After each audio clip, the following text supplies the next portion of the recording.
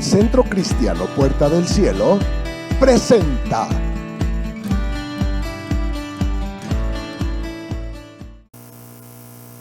Continuamos con nuestra serie en la que estamos estudiando los fundamentos de la doctrina de Cristo. De los 6 fundamentos, el primero es el que estamos estudiando, que es arrepentimiento de obras muertas. Y en esta ocasión vamos a estudiar la conferencia número 3 de este fundamento, que hemos titulado de esta manera: un liderazgo envanecido. Obras muertas es todo aquello que, de seguirlo practicando, nos conduciría a la muerte. Y no me refiero a una muerte biológica, sino a una muerte espiritual, lo cual es seguir viviendo separados de Dios. Desde el pecado de Adán y Eva, los seres humanos nacemos muertos espiritualmente. Es decir, nos cuesta trabajo, sino que es imposible, sino que nos es imposible escuchar la voz de Dios. Y vivimos a nuestra suerte en aquel clásico de ayúdate que yo te ayudaré. Pero para esto envió Dios a Jesucristo al mundo, porque la paga del pecado es muerte. La causa de esa muerte espiritual es el pecado. Y Cristo tomó nuestro lugar como nuestro Salvador, que es, pero no de toda la gente, solamente de aquellos que le recibieron y creyeron en su nombre, a quienes Dios les dio la potestad de ser hechos hijos de Dios. Entonces, a partir de este momento en el que nosotros recibimos a Cristo en nuestro corazón, comienza a fluir en nosotros la revelación de las cosas divinas, de las cosas espirituales, por el Espíritu de Dios, como dice Romanos capítulo 8, verso 14, los que son guiados del Espíritu de Dios, estos son hijos de Dios. Pero regreso al punto de aquella primera muerte, la muerte de Adán y Eva. Dios había dicho: no coman del fruto de este árbol, porque el día que de él coman, ciertamente morirán. Y podemos tener la duda de si se trata de un castigo porque comieron, o si se trata de una advertencia porque Dios sabía que si comían de ese árbol, del fruto de ese árbol, morirían. ¿Ustedes qué creen? ¿Sería un castigo la muerte, o sería una advertencia que amorosamente Dios le estaba dando al hombre para prevenir que pudiera morir? ¿Qué creen ustedes? Era una advertencia amorosa. Dios sabía lo que había en ese fruto y Dios le advirtió al hombre: no coman. Pero vino Satanás y le dijo: hombre, fornica, hombre, emborráchate, hombre, roba. Total, Dios todo lo perdona. Pregunta: ¿aquel Adán y Eva pagaron el precio? Sí. ¿Murieron físicamente inmediatamente el día que comieron el fruto prohibido? No. Pasaron 1000 años. Y para Dios, dice la Biblia, un día es como 1000 años. Entonces Dios no se refería a la muerte biológica, sino Dios a lo que se refería era a la muerte espiritual. ¿Qué es lo que ocurrió inmediatamente que comieron del fruto prohibido?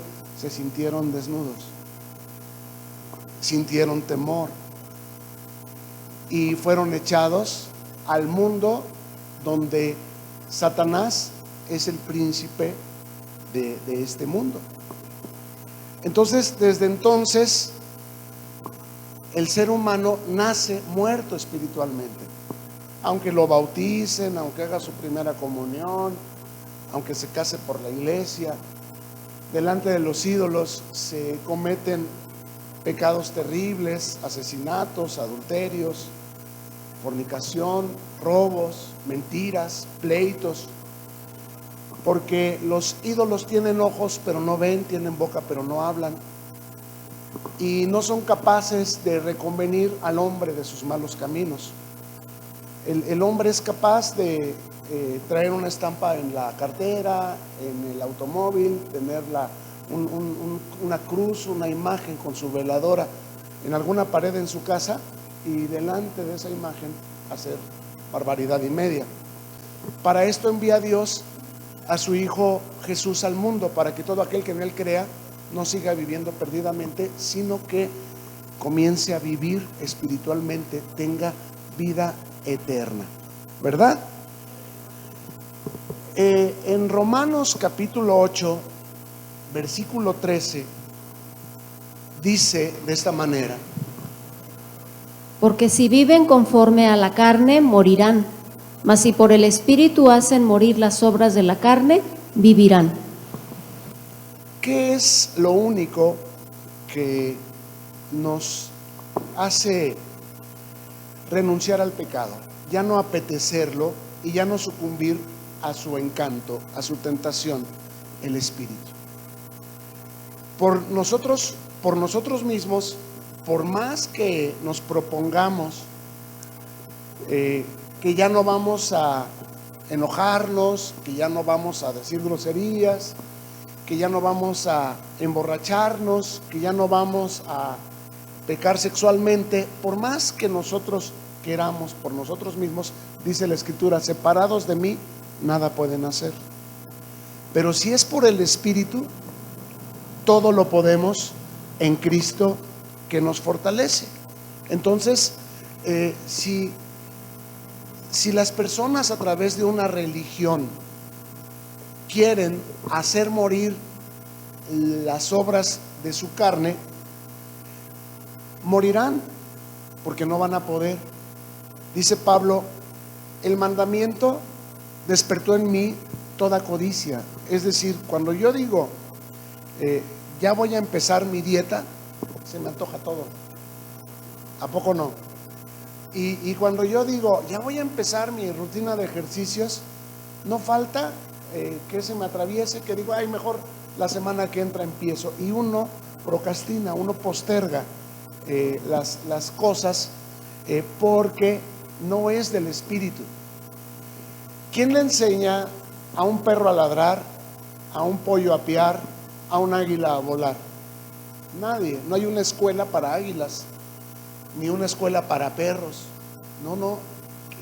¿Cómo es que el animalito, el gallo, siendo un pollito, aprende a cantar? Y canta kikikiriki, o sea, se sabe la letra. ¿Quién le enseñó? ¿A qué escuela fueron los canarios para cantar como cantan? ¿Por qué? Porque es del Espíritu, es de su naturaleza. Igualmente, cuando el Espíritu de Dios viene a nuestras vidas por la fe, por el Espíritu comenzamos a hacer las cosas que son de Dios. Pero cuando no es el Espíritu, estamos batallando, sintiéndonos miserables, sintiéndonos culpables. ¿Por qué? Porque estamos en continuas recaídas, ¿verdad? En su primera carta a los cristianos en Corinto, Pablo ventila un asunto relacionado con la fornicación de uno de ellos con la mujer de su padre. Y lo hace de la siguiente manera: De cierto se oye que hay entre ustedes fornicación, y tal fornicación cual ni aún se nombra entre los gentiles, tanto que alguno tiene la mujer de su padre, y ustedes están envanecidos. ¿No debieran más bien haberse lamentado para que fuera quitado de en medio de ustedes el que cometió tal acción? La iglesia de Corinto, pues obviamente era una comunidad de creyentes como nosotros, que habían salido del mundo como nosotros y que en su vida pasada habían practicado pues toda clase de pecados. Sabemos que la fornicación es pecado sexual en cualquiera de sus formas, sea entre solteros casados, con niños, con animales, con objetos, llámense muñecas o muñecos o juguetes, cualquier forma de sexo que no sea con tu pareja, con tu esposo o tu esposa, es fornicación. Y los corintios, antes de convertirse a Cristo, veían estas prácticas como algo normal, de tal manera que un muchacho en la iglesia vio como normal, porque era algo común, tomar la mujer de su padre. No sabemos si el hombre era viudo, si era divorciado, si era casado y tenía 2 mujeres, no sabemos. La Biblia no nos da el detalle al respecto, pero sí nos menciona que el muchacho tomó la mujer de su padre y los pastores, el liderazgo, estaba envanecido. Envanecido no significa, como hoy lo entendemos, de creerse mucho, de ser arrogante, no. Envanecido significa vano, no sirve para nada. Perdió su sabor de sal, perdió su autoridad, perdió su liderazgo. El liderazgo perdió su liderazgo, perdió su misión, su visión, el propósito para el cual Dios los había puesto. Entonces los pastores en la iglesia de Corinto fueron confrontados por Pablo. Pablo les escribe y les dice: ¿qué les pasa? ¿No debieran ustedes más bien lamentarse y quitar de en medio de la congregación a quien cometió tal acción? Parece un acto rudo, parece un acto cruel, porque más adelante dice que tenían que quitar de en medio de la congregación a este muchacho y entregarlo a Satanás para destrucción del cuerpo, a fin de que su espíritu viviera por causa de la justicia.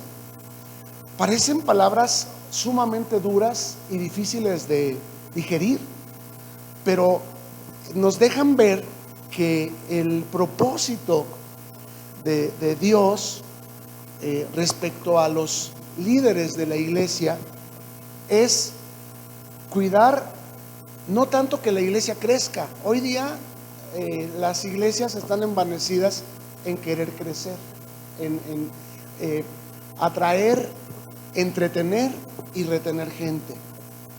Y para lograr este propósito no confrontan a su congregación con el pecado, lo cual significa que hay muchos fornicarios, que hay muchos ladrones, que hay muchos estafadores, que vienen a la iglesia y que alaban a Dios, pero que entre semana están cometiendo toda suerte de excesos, están cometiendo toda suerte de transgresiones de lo que la palabra nos demanda. Y todo el mundo se da cuenta, y hay un chismarazo de que este anda con aquella, de que aquella con aquella, cosas muy feas. Hay un chismarazo. La gente del mundo, los fornicarios profesionales, digámosle así, aquellos que no tienen escrúpulos porque no tienen a Cristo en su corazón, se espantan de que el hermano, llamándose hermano, anda en una situación como en la que anda, sea que anda defraudando, que anda transando, que anda adulterando mercancías, o sea que anda pecando sexualmente con las 4 patas. Sus hijos están muy dolidos, su esposa está muy lastimada, y no le dicen nada. Pida las ofrendas, o hoy no las pida, dé la bienvenida, o hoy no dé la bienvenida, no sé, no le dicen nada.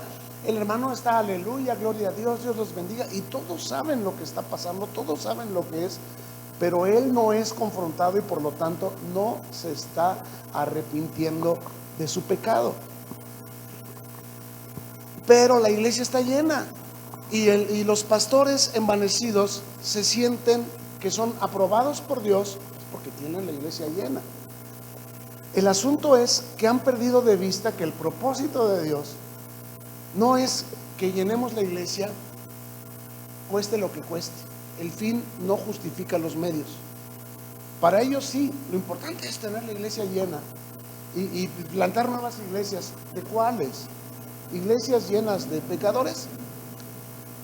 ¿O el plan de Dios es cambios de vida, cambios de mentalidad? Se trata de una iglesia en la que hay cambios de vida, en la que Cristo es Rey y Señor en el corazón, en la mente y en la vida. No solamente el domingo o los días de reunión, sino todos los días de la semana y en todo lugar.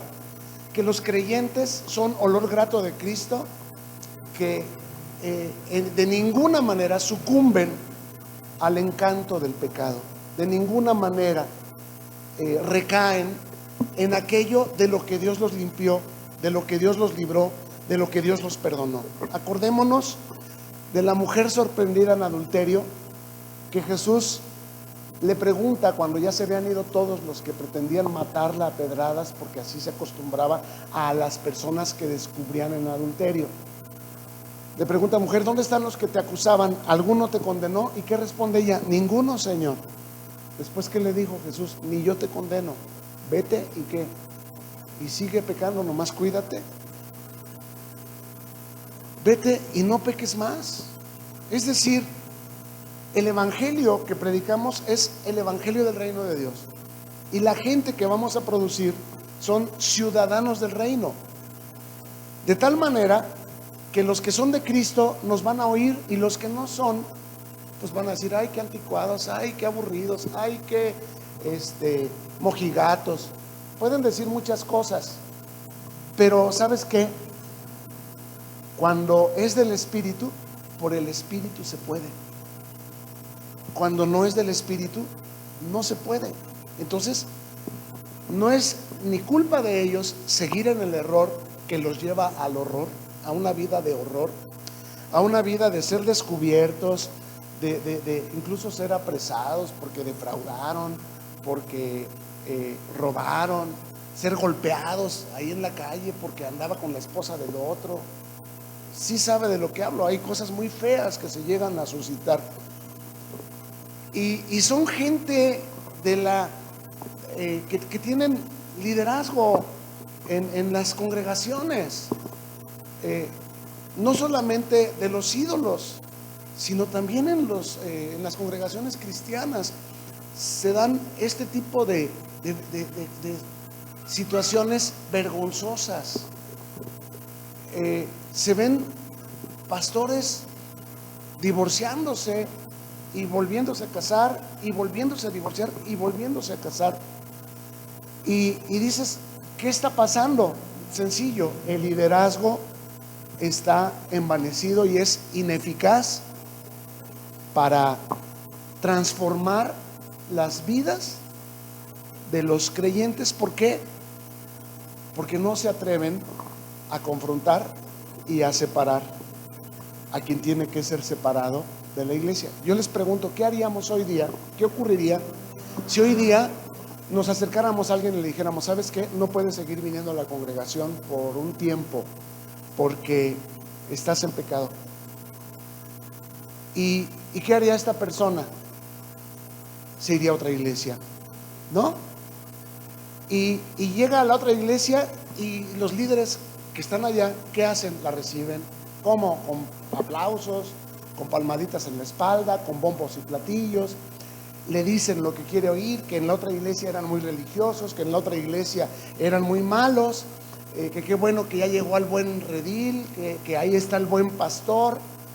Y cuando ese muchacho allá en aquella iglesia o aquella mujer empiecen a hacer de las suyas, y como potros recién engordados comiencen a correr tras las hermanitas a ver a quién se echan, a ver cuál es su siguiente víctima, entonces también la van a querer disciplinar. Y cuando la disciplinen, ¿qué va a hacer esta persona? Se va a ir a otra iglesia. ¿Y qué va a pasar en la otra iglesia? El liderazgo envanecido que prevalece en la iglesia cristiana de estos últimos tiempos va a volver a hacer lo mismo. ¿Por qué? Porque no pedimos currículums. Pensamos que la gente viene herida, y le decimos a la gente lo que la gente quiere oír, y lo único que va a sacar a las personas del problema es salir del pecado. Lo único que va a ayudar a las personas a que ya no las estén criticando por malhechoras es que dejen de ser malhechoras, no es que se cambien de iglesia. La gente hoy día piensa que la santidad es como la sanidad, y son cosas muy diferentes. La sanidad sí se impone, sí se obtiene por imposición de manos.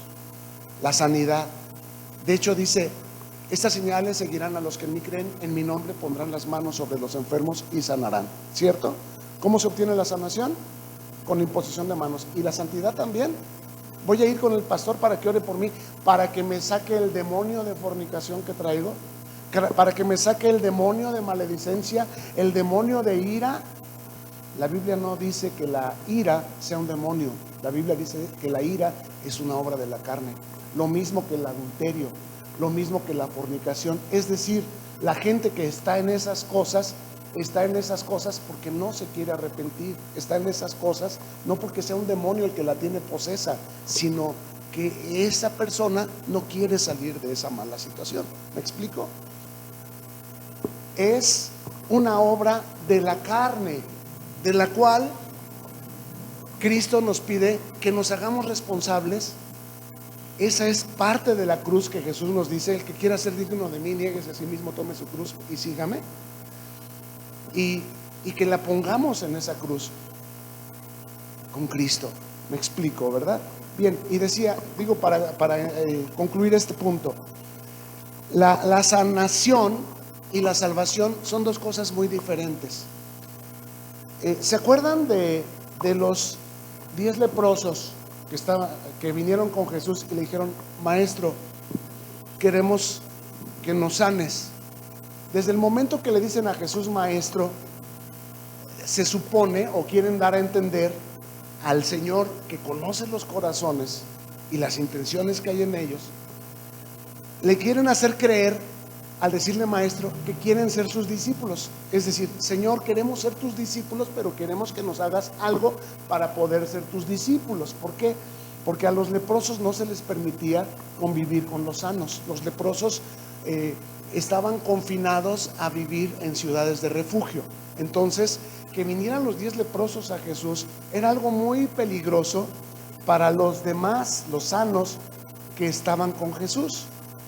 Pero Jesús les permitió acérquense, o sea, les permitió acercarse y les permitió que lo llamaran maestro, como diciendo: Señor, si tú nos sanas, nos haremos tus discípulos. Y Jesús les dice: bueno, vayan y lávense en el estanque y regresen. ¿Cuántos regresaron? De los 10, ¿cuántos regresaron? Uno. ¿Y los otros 9? ¿Realmente la gente busca a Dios por la salvación o por la sanación? Por la sanación, por los bienes materiales. Porque yo quiero un empleo, porque yo quiero una pareja, porque yo quiero un negocio, porque yo quiero una sanación. La gente busca a Dios por el coche, por la casa. Yo quiero una casa, yo quiero un coche. Y Dios puede darte todas esas cosas, pero no te olvides, son añadiduras. Es parte de la sanación. ¿Cuál es la razón de que nuestra vida económica esté enferma y en problemas? ¿Cuál es la razón de que nuestra vida biológica esté enferma y en problemas y estemos dependiendo siempre de tratamientos médicos y de medicamentos? ¿Cuál es la razón? El pecado. Pero si buscamos el reino de Dios y su justicia, encontraremos el reino de Dios y su justicia. ¿Cuándo? Cuando el Espíritu nos haga hacer morir las obras de la carne. Los demás van a venir y te van a decir: oye, vámonos a echar unas. Tú vas a decir: no tengo ganas. Pero no es algo que en tu iglesia te estemos obligando, o que el pastor te esté insistiendo, o que alguien te vaya a ver. Es algo que no te nace, porque es del Espíritu. ¿Quién le enseñó al gallo a cantar? Nadie. ¿Quién le enseñó al cristiano a no andar en esas cosas? Nadie. El Espíritu. Entonces, cuando viene aquel último leproso, le pregunta al Señor: ¿y los otros? Pues no sé, Señor. ¿Y qué le dice Jesús? Tu fe te ha salvado. Fíjate, pasó de la simple sanación a ¿qué? A la salvación. ¿Por qué? porque regresó para cumplir su palabra, para ser discípulo. Si te va gustando este video, dale like, suscríbete y activa la campanita. Además, recuerda que tu opinión suma, así que no te olvides de comentar. Juntos edificamos el cuerpo de Cristo. De la misma manera, podemos decir de Pedro, cuando Jesús le dice, no te lo reveló carne ni sangre, sino mi Padre que está en los cielos. Y yo también te digo, Simón, él antes era Simón, y en ese momento Jesús le cambia el nombre a Pedro. Yo te digo, tú eres Pedro, y a ti te daré las llaves del reino de los cielos. Y lo que ates en la tierra será atado en el cielo, y lo que desates en la tierra será desatado en el cielo. Y las puertas del Hades no prevalecerán contra la iglesia. Qué impresionante. O sea, cuando tú entras en la salvación, el reino entró en ti antes. Nosotros no somos salvos por obras. Es decir, aquellos andan queriendo ser salvos por obras, y por sus obras están tratando de hacer los méritos para que Dios los bendiga, y se creen siempre merecedores. Hoy en día escuchas muchos youtubers de esos positivos y espiritualoides que te dicen, no, tú tienes que declarar, soy merecedor, yo merezco, y decreta, las riquezas vienen y soy merecedor. No somos merecedores más que del infierno. El único que es sin pecado y que por lo tanto es merecedor de todo, y el que el cielo declaró, el único al que el cielo declaró Rey de Reyes y Señor de Señores, es Cristo, porque Él es el único sin pecado. De allí en fuera nadie merecemos nada sino el infierno. Pero una cosa les voy a decir, cuando uno de nosotros ve a Jesús como su Señor y lo ama sobre todas las cosas y lo prefiere sobre todas las cosas, el reino de Dios ha llegado a su casa. Cuando uno de nosotros se convierte de las tinieblas a la luz de Cristo, a partir de entonces Dios lo hará salvo a él y a toda su casa. Y Dios comenzará a tratar con sus hijos, con su esposo, con su esposa, con su padre, con su madre, con sus hermanos, con sus vecinos, porque la salvación es algo que es contagioso, pero es algo del corazón, pero más que del corazón, es algo que es del espíritu y se manifiesta en la fe genuina. Un liderazgo envanecido es un liderazgo que le da a la gente lo que quiere. Ven y sana, recibe tu milagro, trae tu ofrenda y abre el cielo, porque tu ofrenda es la semilla. ¿Cuánto necesitas? Pues necesito 10,000 pesos. Ok, 10,000 pesos. ¿Cuánto es el diezmo de 10,000 pesos? 1,000. Trae 1,000 pesos y entonces Dios te va, obligas a Dios a que Dios te dé los 10,000. Suena con lógica, ¿no? Pero no es así como la Biblia dice que lo hagamos. No voy a dar el diezmo para que Dios me dé el total. Voy a dar el diezmo de lo que Él me ha dado. Dice, de lo recibido de tu mano te damos, porque no tendríamos nada si no nos hubiera sido dado de ti. Y si yo soy fiel en esto poco, Dios me irá abriendo el cielo, me irá abriendo el camino e irá derramando bendición sobre mí hasta que sobre y abunde. Pero no voy a condicionar el favor de Dios, no lo voy a comprar con una ofrenda. En su carta a los hermanos en Colosas, Pablo les ordena: hagan morir pues lo terrenal en ustedes, fornicación, impureza, pasiones desordenadas, malos deseos, y avaricia, que es idolatría. Fíjese bien lo que acabo de decir. ¿Podemos solos? No. Separados de Cristo, no podemos. Pero, ¿usted ha escuchado el diles que no de parte de Dios dentro de usted cuando ha estado en tentación? ¿Sí o no? Que vienen y que le dicen vamos y usted ha dicho, no tengo ganas. ¿Lo ha escuchado? O es día de ir a la iglesia y vienen y le dicen, ay, no vayas, vámonos, mira, nunca convivimos, vámonos a tal lugar. ¿Ha escuchado usted el no de Dios en su corazón que le dice, dejarás a tu padre y a tu madre y me amarás a mí más que a ellos, más que a tus hijos? más que tu casa, porque hay gente que se queda, es que estaba lavando los trastes y no acabé. Hay gente que se queda, es que estaba viendo una serie y estaba bien emocionante, pero la semana que sigue voy. ¿Qué dice? Yo sé que el Espíritu de Dios me está ayudando. Él está poniendo en mí el sentir de amarlo a Él y de preferirlo a Él. Y la manera de hacer morir lo terrenal no es esforzándome por mí mismo, sino aprender a ser dócil a esa voz del Espíritu Santo dentro de mí que me está diciendo, diles que no. Es la única manera de hacer morir en nosotros la fornicación, la impureza y las pasiones desordenadas. ¿Cuántas veces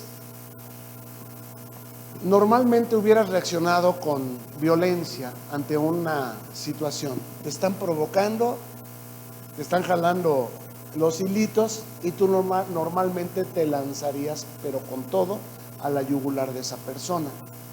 Pero en algún momento dices, no tengo ganas de pelear, no tengo ganas de meterme en problemas. Ya estuvo bien, quiero cortar ese circuito, quiero cortar ya esa mecánica. Y tú dices, no tengo ganas. Bueno, pues no te enredes. Y te van a insistir y tú vas a decir, no tengo ganas. Ya, chole, cuelgas, cierras la puerta, te volteas para el otro lado, te metes bajo la almohada y adiós. ¿A quién obedeciste? Al Espíritu de Dios. ¿Por qué? Pues porque te estás sacando del lodo cenagoso, del pozo de la desesperación, del lugar de los conflictos y las batallas, porque tú eres nueva criatura, tú eres hijo de Dios. También a Jesús, sus hermanos lo tenían por fuera de sí. Dice la Biblia que en una ocasión Jesús estaba enseñándoles a sus discípulos y vinieron y le dijeron, maestro, allá afuera te busca tu madre y tus hermanos. ¿Y qué dijo Jesús? ¿Quién es mi madre y quiénes son mis hermanos? Mi madre y mis hermanos son los que hacen la voluntad de mi Padre. Y esto es lo que a nosotros nos constituye entonces en hijos de Dios. No solamente un título de, yo soy cristiano. No, porque muchos se dicen cristianos, pero con los hechos lo niegan.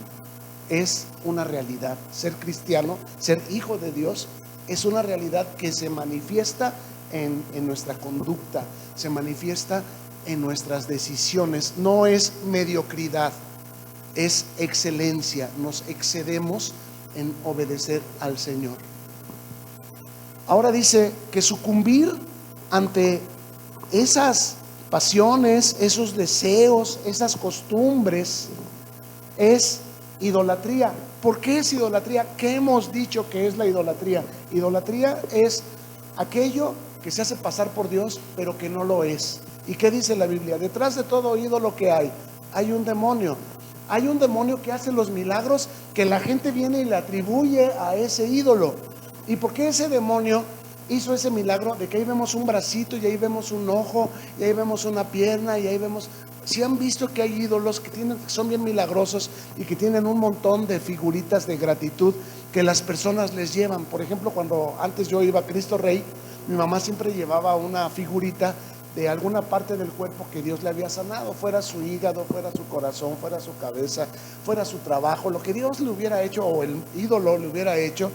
Ella llevaba un agradecimiento y veíamos que a los pies de aquella estatua tan monumental que está en ese cerro, en Silao, el monumento a Cristo Rey, hay un montón de acciones de gratitud que la gente le lleva al ídolo.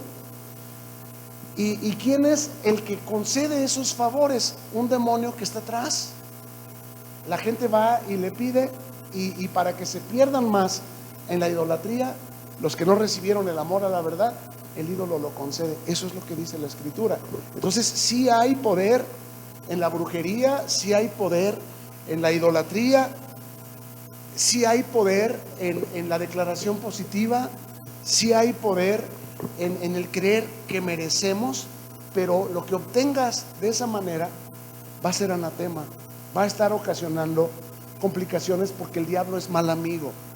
El diablo no vino más que para robar, matar y destruir, y si tú lo traes de amigo, te va a traicionar, te va a dañar, tarde o temprano te va a cobrar el favor que te hizo. Pero la puerta que Dios abre, nadie la cierra. Ahora, quiero que entendamos otro punto también: salvación y sanación. Aquellas personas a quienes Jesús les hizo un milagro, quien fuera, sea que les dio de comer, ¿volvieron a tener hambre? Sí. Los levantó de estar paralíticos toda su vida, ¿murieron alguna vez? A Lázaro, al que resucitó de la muerte, ¿volvió a morir? Sí. Es decir, no te conformes con lo que ellos se conforman. Ellos van con el ídolo a buscar sanación. Ellos van con el ídolo a buscar soluciones físicas, soluciones materiales. Pero Dios tiene para ti algo mejor. ¿Y qué es? La salvación. ¿Qué es la salvación? El reino de Dios y su justicia morando en tu corazón y en tu mente y manifestándose en tu conducta, de tal manera que es irrefutable, es innegable, es incuestionable que tú has nacido de nuevo. La gente viene y te ve sentado y en tu cabal juicio, cuando antes te veían bien chachalaco, te veían hasta atrás, te veían todo enlodado, te veían todo maltrecho por la enfermedad o por el vicio, o porque él te mintió y te dijo que te amaba y no era verdad. Y estabas, ay, por mi culpa y por mi grande culpa. Por eso ruego que, hermanos, ustedes rueguen por mí. ¿Qué es lo que le hace falta a esa persona? ¿Que nosotros roguemos por él o que recibir a Cristo en su corazón como su Señor y su Salvador? Esa es la solución. Jesucristo es el camino, es la verdad y es la vida. Y fuera de él, aquello que la gente busque para obtener soluciones materiales, para obtener sanación, para obtener trabajo, para obtener novio, fíjate, la brujería puede hacer hasta que el hombre de tus sueños sucumba ante tus pies. Y al ratito lo traes ahí todo hipnotizado, todo atarantado, porque fue con brujería como lo trajiste. Y resulta que no era lo que tú creías, era un espejismo, era un así como una máscara, que tú no sabías lo que había dentro. Hasta que ya vives con la persona, te das cuenta que en lugar de que le dieras el beso al sapo y te casaste con el príncipe, le diste el beso al príncipe y se convirtió en sapo. Muy pronto el sueño se vuelve pesadilla. ¿Por qué? Porque nos dejamos llevar por lo que vemos y nos dejamos embaucar por lo que oímos, y nos prometen que son lo máximo y que nos van a bajar el cielo, el sol, la luna y las estrellas, y que lo van a poner todo a nuestros pies, y más pronto que tarde cae un hablador que un cojo. En su segunda carta a los cristianos en Corinto, capítulo 7 versículos del 8 al 10, Pablo les escribe: porque aunque les contristé con la carta, no me pesa, aunque entonces lo lamenté, porque veo que aquella carta, aunque por algún tiempo, los contristó. Ahora me gozo, no porque hayan sido contristados, sino porque fueron contristados para arrepentimiento, porque han sido contristados según Dios, para que ninguna pérdida padeciesen por nuestra parte. Porque la tristeza que es según Dios, produce arrepentimiento para salvación, de que no hay que arrepentirse, pero la tristeza del mundo produce muerte. ¿Se acuerdan que Pablo escribió una primera carta a los Corintios, en la que reconviene al liderazgo acerca de su ineficacia para disciplinar a un joven que estaba fornicando con su madrastra? Bien, ahora Pablo escribe una segunda carta haciendo alusión al detalle que él había comentado en la primera, lo que les acabo de mencionar. Y Pablo ahora está muy contento porque no solamente el muchacho se arrepintió. ¿Se acuerdan que fue entregado a Satanás para que su cuerpo fuera destruido, para que el espíritu viviera a causa de la justicia? ¿De qué manera entregamos a una persona a Satanás? No venga a la iglesia. A ese muchacho, ¿cómo lo entregaron a Satanás? Le impidieron congregarse. Hoy día, este muchacho, dijimos, ¿a dónde se iría? A otra iglesia. Pero eso sería también Satanás, a lo mejor sí. ¿Por qué? Porque le van a dar palmaditas en la espalda y le van a decir, qué bueno que estás aquí, y le van a comenzar a predicar puras cosas que él quiere oír, de esas de las que les dije, de los ídolos, que viene un coche, viene un trabajo, viene un ministerio, viene una casa para ti, y él va a decir, ah, qué padre, aquí sí está Dios, aquí sí Dios es amor. Pero ¿hay salvación? ¿Hay nuevo nacimiento? ¿O el muchacho, como les dije al final, o la muchacha va a andar detrás de las hermanitas o de los hermanitos? ¿Por qué? Porque no está siendo confrontado, porque no es la palabra del reino de Dios la que se le está ministrando, sino es lo que él quiere oír. Lo mismo que Satanás vino y le dijo a Jesús en el monte de la tentación, cuando le dice, todo esto te daré si postrado me adoras. ¿A quién están adorando? Ellos creen que a Dios, realmente es a Dios. El que va allá con el Cristo Rey, ¿a quién está adorando? El que va a San Juan de los Lagos, ¿a quién está adorando? A los demonios. ¿Qué es lo que va a pedir? Su reino. ¿Qué es lo que va a pedir? Cosas materiales, como los 9 leprosos que no regresaron a Jesús. Recibieron su sanación y se fueron. Siguieron viviendo sin ser discípulos de Cristo, de una manera perdida. La mujer que padecía flujo de sangre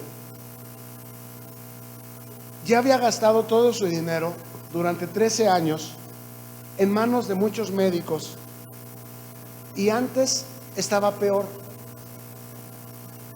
Y cuando escuchó que Jesús pasaba por ahí, por donde ella vivía, dijo, si tan solo tocar el borde de su manto, seré salva. Ya no tenía esperanza de sanación, ya lo único que quería era salvación. ¿Y qué hizo Jesús? 2 cosas. Le dijo, ¿quién me ha tocado? Ella tuvo temor y dijo, yo fui, Señor. Y le dijo, hija, tu fe te ha salvado. Pero antes ya había cesado el flujo de sangre. Es decir, buscas el reino y lo tienes todo. Y tienes mucho más de lo que somos capaces de pedir o de entender, porque la gracia de Dios es sobreabundante. A veces yo quiero un cochecito así chiquito, aunque sea y viejito, no le hace. Pero Dios tiene para ti no una migaja, sino un pan. Pero yo digo, pues es que yo no aspiro, o sea, yo realmente ya nací de nuevo, ya soy cristiano, yo ya no quiero esas cosas ostentosas, no me llaman. Pero Dios sí te lo da. Si Él quiere te lo da, pero no porque tú te mueres por ello, no porque tú ayunas por ello, no porque tú te desvives por ello, no porque tú te endeudas por ello, y luego le dices, Señor, yo ya firmé, ahora tú proveerás, tú eres mi pastor y nada me faltará. Yo tuve fe, ahora a ti te toca lo siguiente, súpleme para que yo pueda estar pagando estas letras que firmé. ¿Eso es hacerle manita de puerco a Dios o es estar viviendo dependiendo de Él?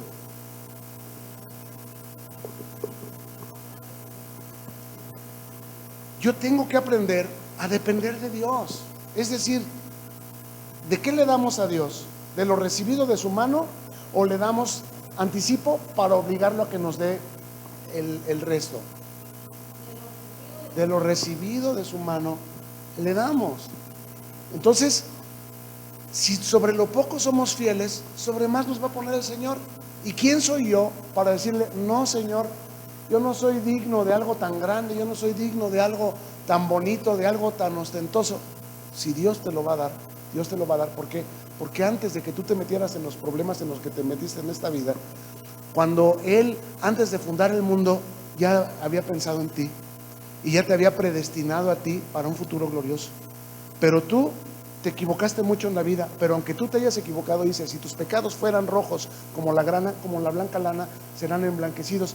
Pero llega un momento en el que nuestra autoestima es tan baja como la de Saúl, que Saúl, aún siendo el más alto y más guapo y más destacado de todos los jóvenes en Israel en su época, cuando viene Samuel y le dice, Jehová te ha escogido para que tú reines sobre Israel, Saúl le dice, ¿y quién soy yo?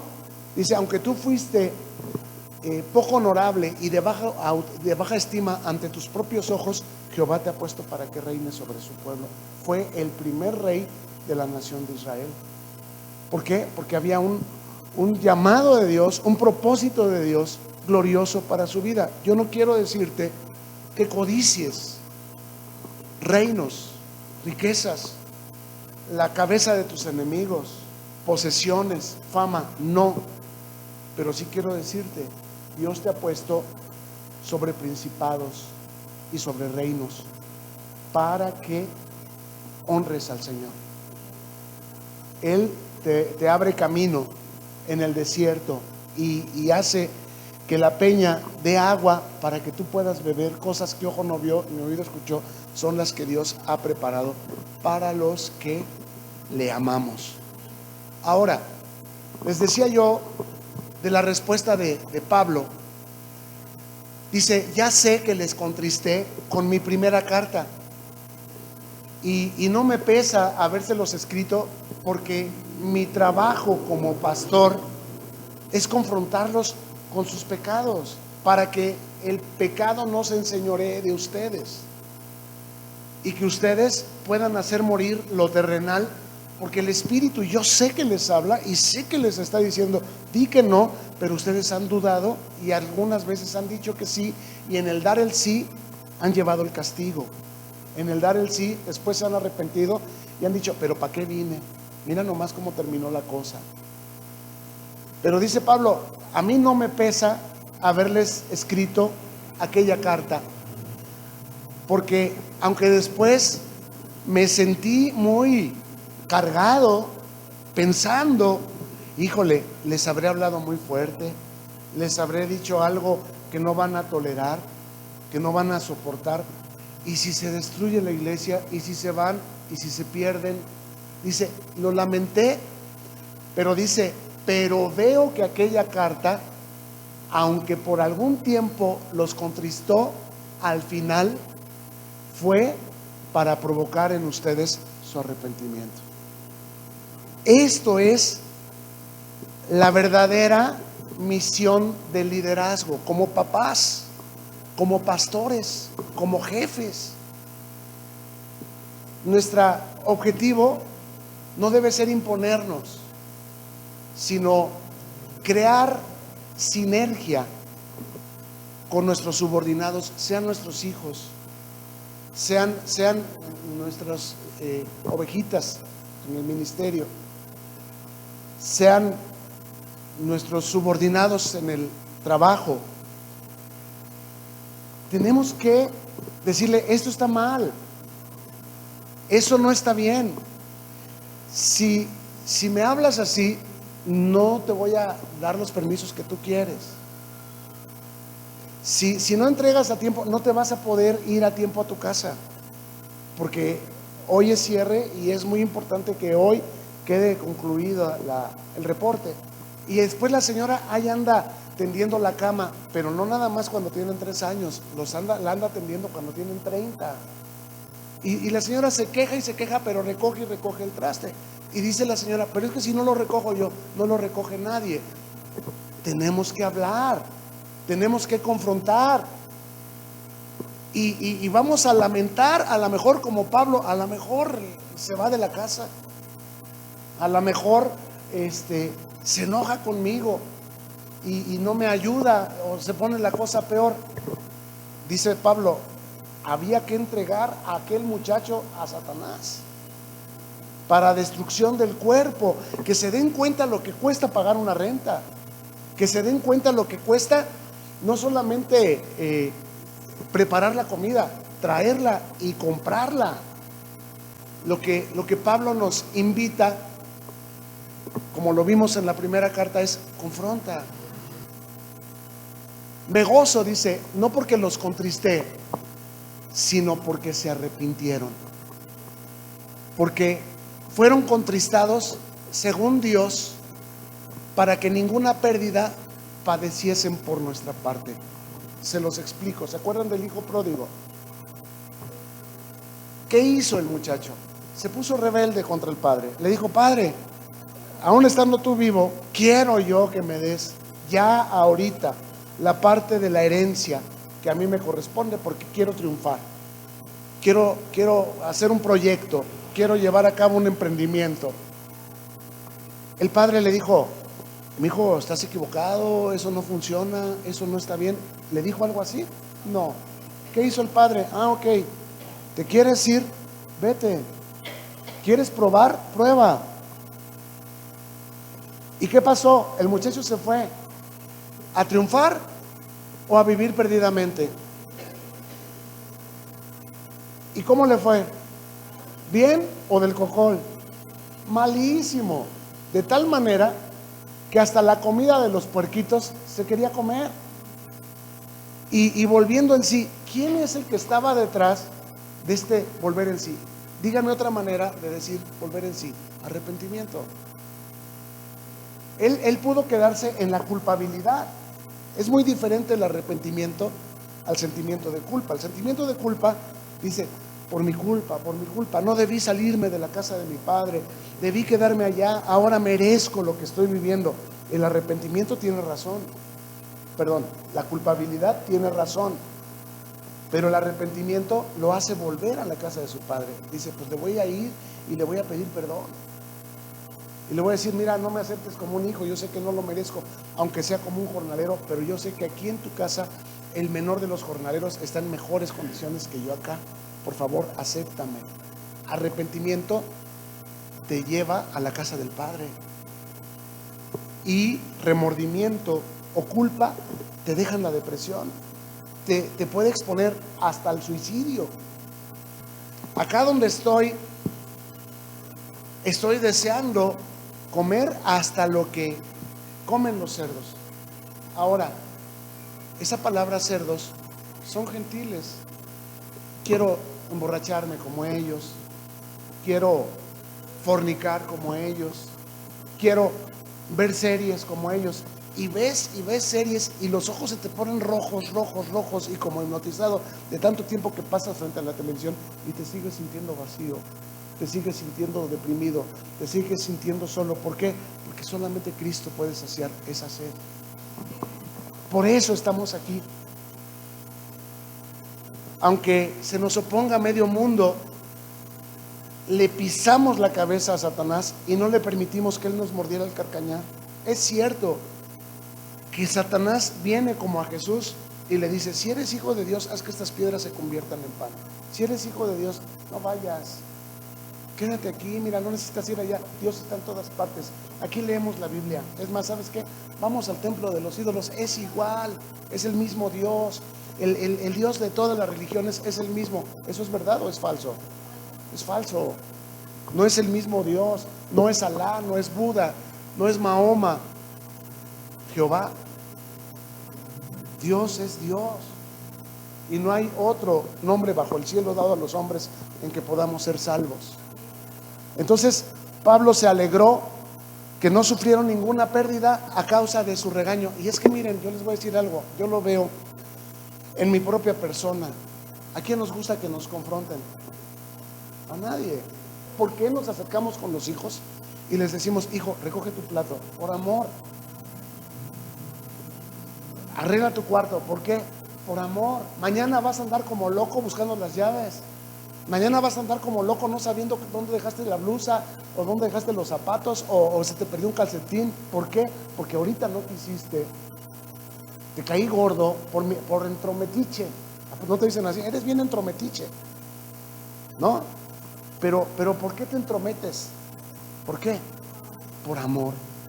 ¿De qué manera el pecador va a dejar su camino si no le decimos que lo que está haciendo lo expone al infierno? ¿De qué manera? Digo, a mí me gustaría tener la iglesia llena, pero si no les digo que fornicación, que defraudar, que mentir, que robar, que dar mal testimonio de las personas los expone al infierno, se van a ir al infierno. Y le estoy diciendo que lo mejor está por venir, que vienen coches, que vienen casas, que vienen restauraciones, que vienen sanaciones. ¿Y saben qué es lo peor? Que vengan. ¿Por qué? Porque entonces se va a llenar aquí de gente que viene a buscar sanaciones, gente que viene a buscar cosas materiales, pero que ese coche que Dios le dio lo usan para andar haciendo fechorías. Por favor, pongámonos sobre nuestros pies. Gracias por llegar al final de este video. Oramos que te sea de provecho y que lo puedas compartir con quienes tú sabes que les bendecirá también. Suscríbete y no te olvides de darle like. Hasta la próxima y mientras tanto, que Dios te bendiga.